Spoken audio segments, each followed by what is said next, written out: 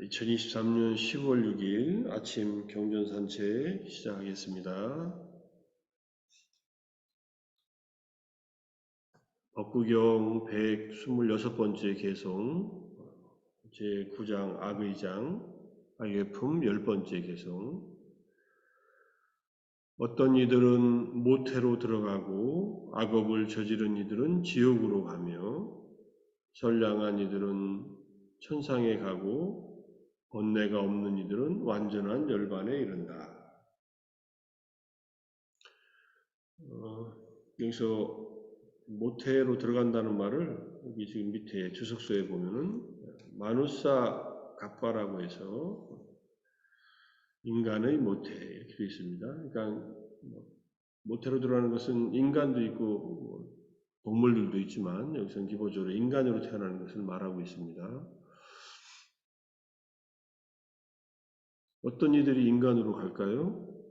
이제 인간으로 태어나는 조건을 우리가 이제까지 경전을 통해서 확인한 바에 의하면 약하거나 중간 정도의 보시를 행하고 계를 지킨 사람들, 그러니까 보시와 계를 지킨 그런 경우가 그 계도 이제 5계를 지킨 그런 내용들이 된다고 확인할 수 있고, 기본적으로 5계를 지킨다는 것이 어떤 의미에서는 인간으로 태어나는 조건이다 이렇게 보실 수 있고, 보시와 계를 약하게 하면은 좀 불운한 인간으로 태어나고 중간 정도 이렇게 행하면은 이제 부유한 인간으로 태어난다 또는 복이 많은 인간으로 태어난다 이렇게 우리가 보시 분석경에선가 나타난 경전을 보고 확인할 수 있습니다. 여기서 인간으로 태어나는데 굳이 수행까지 할 필요는 그런 조건까지는 필요 없는데 수행을 하면은 더더욱 좋지만 우리들은 인간으로 태어났습니다. 우리들이 인간으로 태어나서 태어나는 상황에 따라서 이미 주어진 조건들은 다 다릅니다.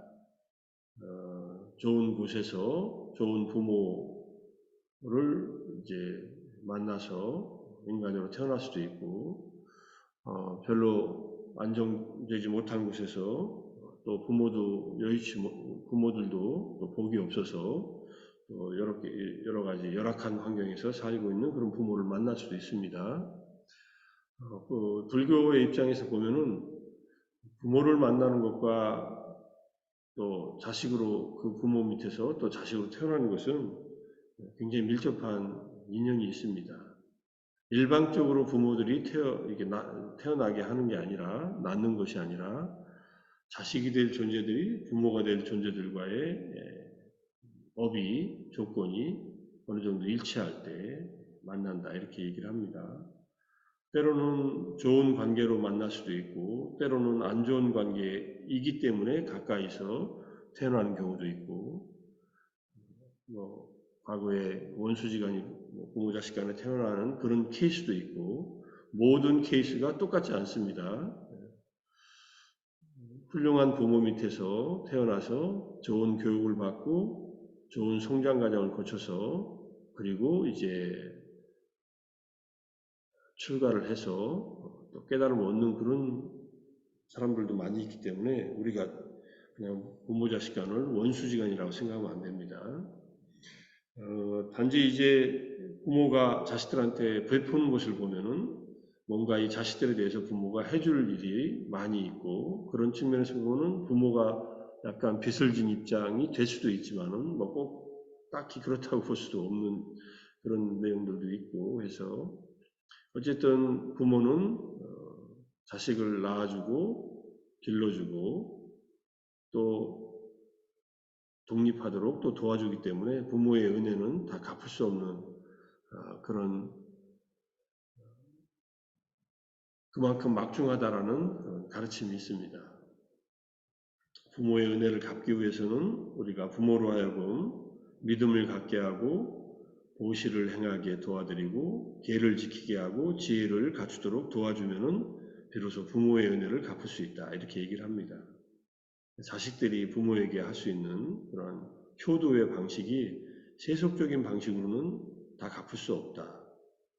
부모 한쪽 어깨에 또 다른 어깨에 양 부모님을 모시고 100년 동안을 이 세상에 맛있는 것, 좋은 것 구경시켜드리고 드시게 하고 또 뭐 의식주와 약을 제공한다 하더라도 그 은혜를 다 갚지 못할 정도로 크다 이렇게 얘기를 합니다. 이거를 자식들이 알아서 부모의 은혜를 이제 내가 뭔가 부모님들이 신앙생활을 하거나 믿음을 갖추고 보시를 하고 계를 지키고 또 수행을 할 수 있도록 도와드려야겠다라고 마음을 일으키면 이건 좋은 일이고, 그렇지 못하면은 이제 적어도 부모님들이 자식들을 생각할 때 자식들한테 해줄 수 있는 일을 어디까지 해주면 좋으냐 하면은 경전에 의하면은 부모님의 의무가 있어요. 자식들을 잘 가르치고 잘 기술을 익혀서 그다음에 직업을 얻게 하는 걸 도와주고, 그리고 배우자를 만나는 것을 도와주고, 결혼을 할 경우에 꼭 뭐 중매를 쓰라는 얘기는 아니라는 것으로 알고 있지만, 예전 같으면은 뭐 배우자를 만나는 일을 부모님들이 도와준다는 것은 그런 중매에도 포함될 수 있습니다. 그 다음에 마지막에 부모가 자식을 위해서 할 수 있는 일은 유산 상속을 지혜롭게 하는 겁니다. 지혜롭게. 유산을 잘 물려받아서 자기 자신을 위해서 또 가족들을 위해서 잘 쓸 수 있는 그런 자식들한테 유산을 물려줘라. 유산을 물려줬는데 이 유산으로 정말로 방탕한 생활을 해가지고 인간으로서의 삶의 어떤 기본적인 자질도 갖추지 못하는 그런 자식이라면 유산을 물려주는 것을 고려하라 이렇게 얘기를 합니다. 전혀 주지 말라는 얘기는 아니겠지만 잘못하면은 이 부모가 모아놓은 재산을 탕진하면서 5계도 지키지 못하는 삶을 사는 자식한테 물려주면은 이거는 재산 자체가 자식들이 멸망하는 일을 더 부추기는 일이 되기 때문에 그게 이제 부모가 자식들한테 해야 할 마지막 일이고, 자식들은 부모님한테 이렇게 은혜를 갖기 어렵지만은 부모님에게 살아계실 때 잘 봉양하고 그 다음에 돌아가신 다음에는 부모를 위해서 공덕을 쌓는 일입니다. 부모를 위해서 공덕을 쌓는 일은 내가 공덕을 쌓고 그것을 부모님을 위해서 회양하는 일이다. 이렇게 이해하시면 돼요. 우리가 아침마다 이렇게 정진하고 명상하고 독송하고 또 병정 공부를 통해서 지혜를 가꾸는 일을 하면서 우리가 이렇게 공부한 이 공덕이 있다면 이 공덕을 우리 부모님께, 우리 조상님들께 회양합니다. 이렇게 마음을 먹으면 돼요. 우리가 이맘노 뿌냐바감 마따 삐뚜난자 아짜리아난자 사빠사따난자 이렇게 하면서 우리의 이 공덕을, 우리가 쌓은 이 공덕을 부모님과 스승님과 모든 중생들에게 이렇게 바제마 마지막에 나눕니다. 이 말을 하잖아요. 그게 이제 회양의 문구예요. 바제마가 나눈다는 말은 내가 쌓은 공덕을 그들에게 회양한다는 그런 말이기 때문에 그런 마음으로 우리가 정진하고 수행하고 또 우리 스스로 지키는 계나 또는 보시행을 부모님들을 위해서 계속 회양하는 마음으로 살고 있다면 부모님의 은혜를 갚는 일입니다. 돌아가신 부모님께 은혜 갚을 일이 없다고 하는 것은 세속적인 차원의 얘기고, 불교적인 차원에서는 부모님과 자식들은 연결되어 있다는 측면을 보면은 우리가 돌아가신 부모님을 위해서 공덕을 쌓는 일은 가능하다. 그런데 이제 또 한 경전을 보면은 그럴 경우에 내가 공덕을 회양했을 경우에 그것을 받을 수 있는 입장이 되어 있는 부모는 어디서 태어나느냐 하면은 아귀계에 태어났을 경우에는 직접 받는다고 합니다. 특히 보시한 공덕의 그 결과를 바로 받는데, 아귀계로 태어나지 않고 여기서 말하는 지옥으로 가 있거나 천상에 가 있거나 또는 인간으로 태어나 있으면 받을 수 있는 길이 없다 이렇게 얘기를 합니다. 그럴 때 그 공덕은 어떻게 되느냐 하면은 부처님께서 그건 자신한테 돌아온다. 뿌린 씨앗을 그 결실을 부모님들이 거둬가지 못하면 그거는 내가 수확해온다 이런 얘기를 하고 하시면서 또 한 말씀 더 하신 게, 하지만은 나의 조상 중에 누구라도, 나의 부모의 부모의 부모에 이렇게 올라가는 조상 중에 누구라도 아기 세계에 태어나지 않은 일은 불가능하다. 이렇게 말씀하시면서 누군가 나의 직계 부모가 아니라도 그 부모의 부모들로부터 쭉 거슬러 올라가서 나의 친계나 이 외가의 그런 조상들이 또 공덕을 받게 된다. 이렇게 얘기를 합니다. 그러니까 매일매일 하는 공덕 쌓는 일을 그렇게 회양하면서 하시고 그러면은 우리는 부모님들, 조상님들에게 은혜를 갚는 일이 된다. 이렇게 볼 수 있을 것 같고요. 지옥에 가는 조건은 탐진치에 물든 삶을 살면 지옥에 가겠죠. 지옥이라는 것이 장소도 의미하지만은 탐진치에 물든 삶을 사는 것 자체가 마음 자체가 지옥입니다. 그러니까 인간으로 태어나는 조건을 인간으로 살고 있으면서 갖춰야만 다음 생에 인간으로 태어나고 지옥으로 가는 조건이 만약 탐진치에 물든 삶을 살고 있다면 그 사람은 이미 죽기 전에 지옥에 있는 거예요. 그리고 지옥에 있는 그 마음으로 죽으면은 갈 곳이 지옥밖에 없죠. 천상에 가는 조건도 마찬가지. 천상에 가는 조건은 굳건한 보시행과 계를 지키는 것, 팔계를 지키는 것. 팔계를 지키면 천상에 갈 확률이 아주 높아집니다. 매일매일 팔계를 지키면서 세상에서 살기는 쉽지 않습니다. 그죠? 팔계를 온전하게 지킨다는 것은 쉬운 일이 아닙니다. 그러면은 기본적으로 5계를 지키다가 호살일, 초하루나 8일이나 14일, 15일 또는 24일, 초하룻날, 상현달, 보름 전후, 보름 전날부터 보름까지, 그 다음에 하현달이 뜨는 그 날들에만 8계를 지킬 수 있으면 좋고, 하루를 지킨다면 한 달에 보름날 저녁, 이때 지키는 것이 가장 효과가 있다라고 이렇게 얘기를 합니다. 공덕이 크다고 얘기를 해요. 그 다음에 이제 더 확실하게 천상에 가려고 하면은 경전에서는 10선업을 닦아라. 10선업, 5개 플러스 탐욕과 분노와 사견을 벗어나서 업을 짓는 것. 탐욕이 없는 업, 분노가 없는 업, 그 다음에 사견이 없는 업. 탐욕이 없는 업을 짓는 것은 보시를 하거나 부정관을 닦으면서 탐욕을 덜어내는 것이고, 분노가 없는 업은 자해입니다. 자해 마음. 우리는 뭐 자해 명상 매일 아침마다 하니까 기본적으로 인간으로 태어나는 조건과 천상으로 태어나는 조건의 강력한 조건들을 갖추는 수행을 하고 있다. 이렇게 이해하시면 될 것 같아요. 그 다음에 사견에서 벗어나면은 이 지혜는 우리를 천상으로 가는 것 뿐만 아니라 천상에서 더 좋은 업을 쌓고 수행을 해서 천상에서 이제 열반에 들어갈 수 있는 조건을 만든다. 이렇게 볼 수도 있습니다. 천상에 가는 것은 불교의 신앙과 관계없습니다.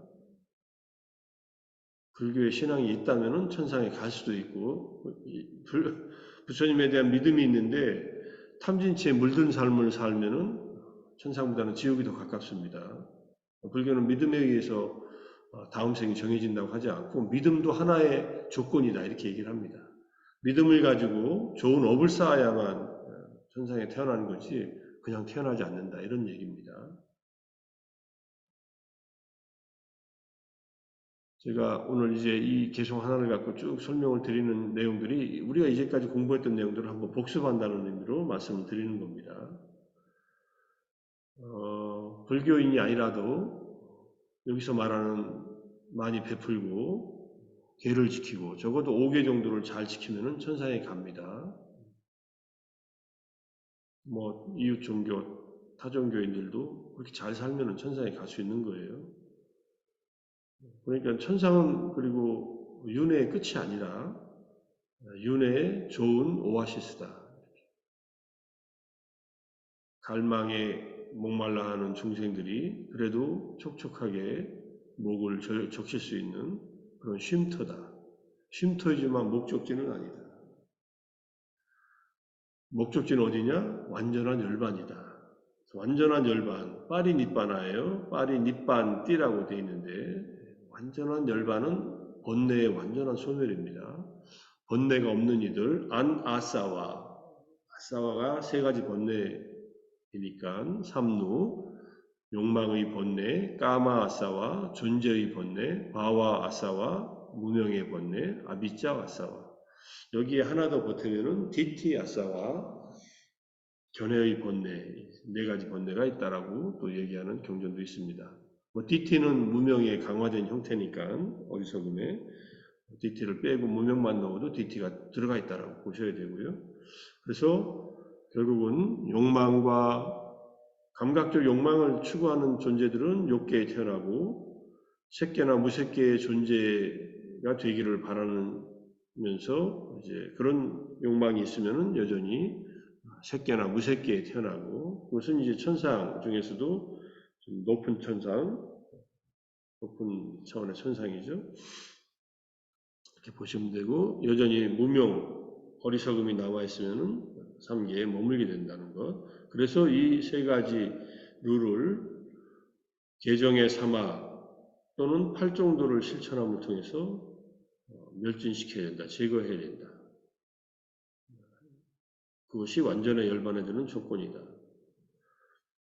부처님께서 팔정도가 있으면 성자들이 있다. 깨달음도 있고 성자들이 나타난다. 팔정도가 없으면 깨달음도 없고 성자도 없다.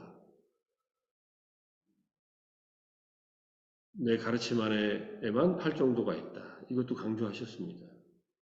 팔정도 중에서 계와 정, 계를 지키고 삼매를 닦는 것은 외도들한테도 있습니다. 외도라는 것은 불교 이외의 다른 종교에도 있다. 인도의 다른 자인화교나 이런 데서도 갖추는데 무상고무어의 세 가지 법들의 특징을, 보편적인 특징, 일반적인 특징을 꿰뚫는 지혜는 불교밖에 없다. 이게 편협한 게 아니라 사실을 말하는 거예요.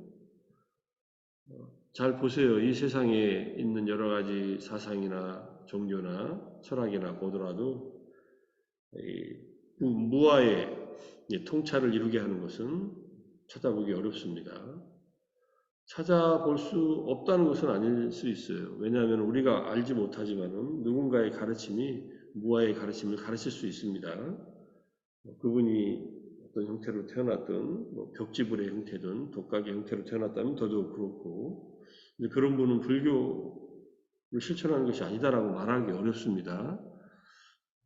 그래서 그렇지만은 기본적으로 우리는 불법의 부처님의 가르침의 교법 안에서 팔정도가 가르쳐져 있고 8가지 성인이 되는 또는 성인들의 실천 방법을 배울 수가 있고 그 방법을 배울 때 우리는 3가지 번뇌인 욕망의 번뇌, 존재의 번뇌, 무명의 번뇌를 제거해서 이제 완전한 열반에 든다는 겁니다. 완전한 열반은 이 오온이 무너지는 것은 무효열반으로서의 완전한 열반이고 번뇌가 끊어지는 것은 유효열반으로서 완전한 열반입니다. 아란이 됐다는 얘기예요. 그래서 악업을 저질러서 지옥에 갈 수도 있지만 지옥에 갈 악업을 이미 저질렀다면은 그것은 언젠가 내가 빚을 갚는다는 생각으로 마음을 먹고 그렇다고 해서 내가 선행을 못하는 것 아닙니다. 선업을 쌓아서 다시 인간으로 태어날 조건을 또 만들고 천상에 태어날 조건을 만들고 또 팔정도를 닦아서 완전한 열반에 도달할 조건들을 계속 만들어야 됩니다. 과거에 했던 악행 때문에 지금도 악행을 일삼는다면 그것은 정말 어리석은 일이 되겠고 과거의 악행을 저질렀다 하더라도 현재의 선행을 해서 진정한 팔정도를 닦아서 완전한 열반에 들면은 과거의 악행들의 대부분은 소멸하고 효과가 없는 그런 사라진 업들, 그런 업들로 효력을 상실해 버립니다. 이 생에 못 깨달을 수도 있습니다. 그렇다 하더라도 우리가 배우고 실천한 이 담마들이 무의미해지는 것은 아닙니다.